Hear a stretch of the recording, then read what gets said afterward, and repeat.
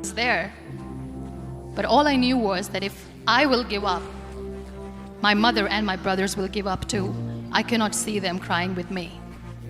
So what kept me going was, one day I asked my brothers, I know I have a deformed hand, but I'm tired of looking at these white walls in the hospital and wearing these white scrubs. I'm getting tired of this. I want to add more colors to my life. I want to do something.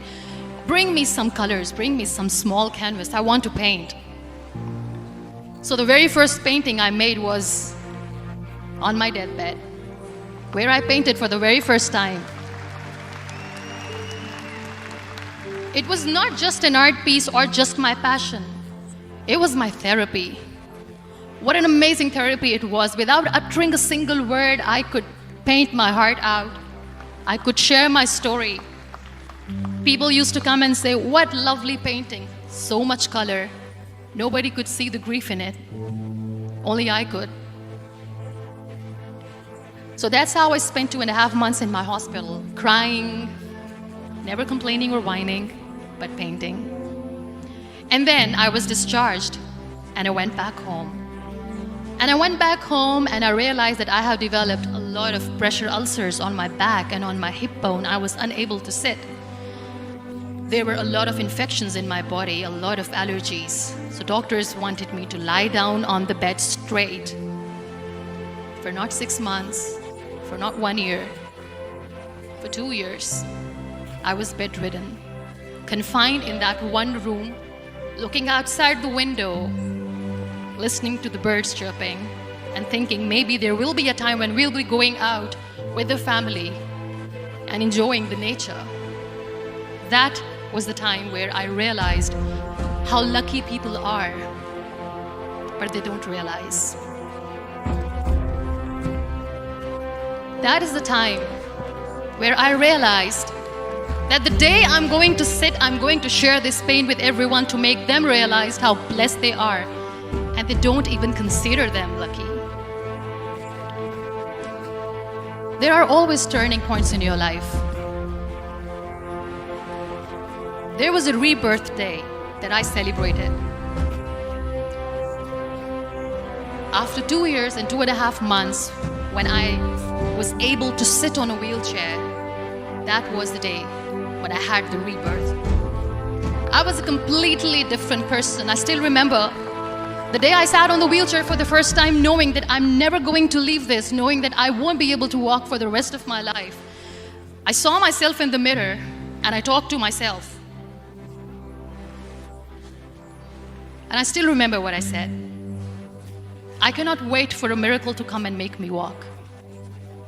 I cannot sit in the corner of the room crying, cribbing, and begging for mercy because nobody has time. So I have to accept myself the way I am. The sooner the better. So I applied the lip color for the first time.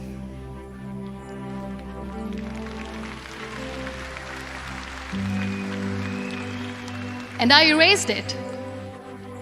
And I cried. And I said, what am I doing?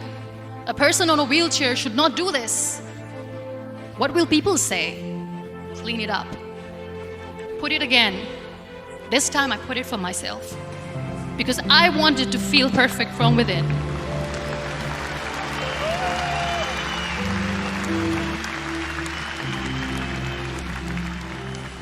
And that day I decided that I'm going to live life for myself. I am not going to be that perfect person for someone. I am just going to take this moment and I will make it perfect for myself.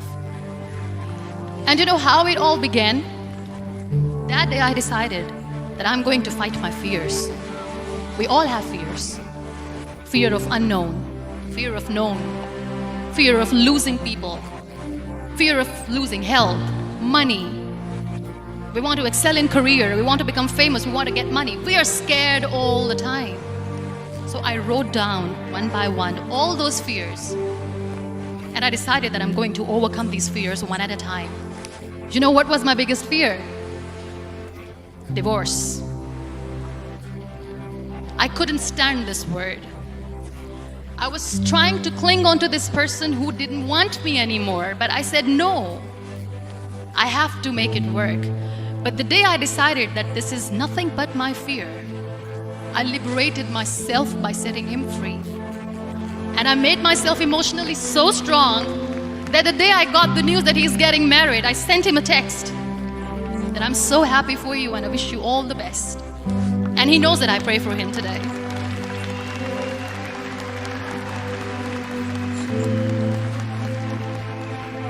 My biggest fear, number 2, was I won't be able to be a mother again. And that was quite devastating for me.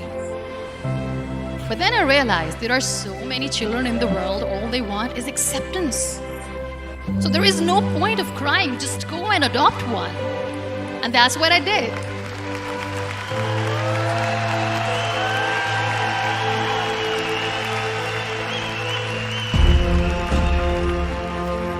I gave my name in different organizations, different orphanages. I didn't mention that I'm on a wheelchair, dying to have a child. So I just told them that this is Muniba Mazari and she wants to adopt a boy or girl, whatsoever, but I want to adopt a kid. And I waited patiently. 2 years later, I got this call from a very small city in Pakistan. I got a call and they said, "Are you Muniba Mazari? There is a baby boy and would you like to adopt?" And when I say yes, I could literally feel the labor pain. I said, yes, I am going to adopt him. I am coming to take him home.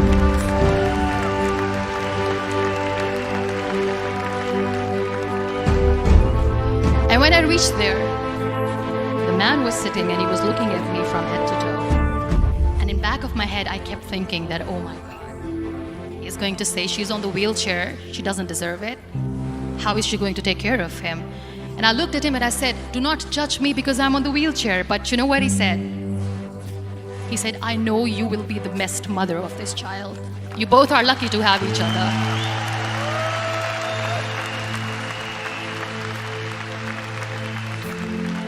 And that day, I was 2 days old, and today he's 6.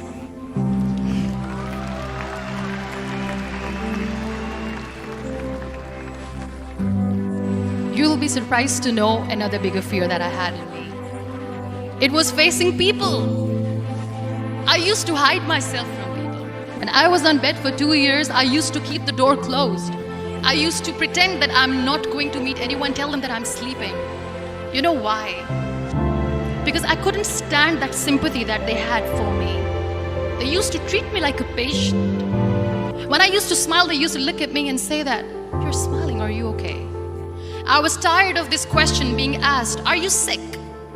Well, a lady yesterday at the airport asked me, are you sick? And I said, well, besides the spinal cord injury, I'm fine, I guess.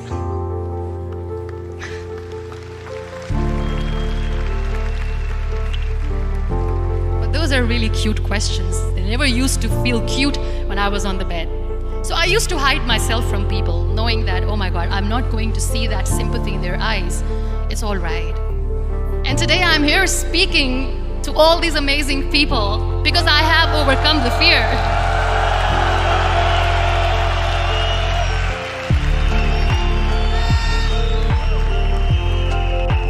You know, when you end up being on the wheelchair, what's the most painful thing? That's another fear that people on the wheelchair or the people who are differently able have in their hearts, but they never share. I'll share that with you. The lack of acceptance. People think that they will not be accepted by the people because we, in the world of perfect people, are imperfects. So I decided that instead of starting an NGO for disability awareness, which I know will not help anyone, I started to appear more in public. I started to paint. I always wanted to. I have done a lot of exhibitions. I'm Pakistan's first wheelchair-bound artist. I have done a lot of modeling campaigns, different campaigns for brands like Tony and Guy.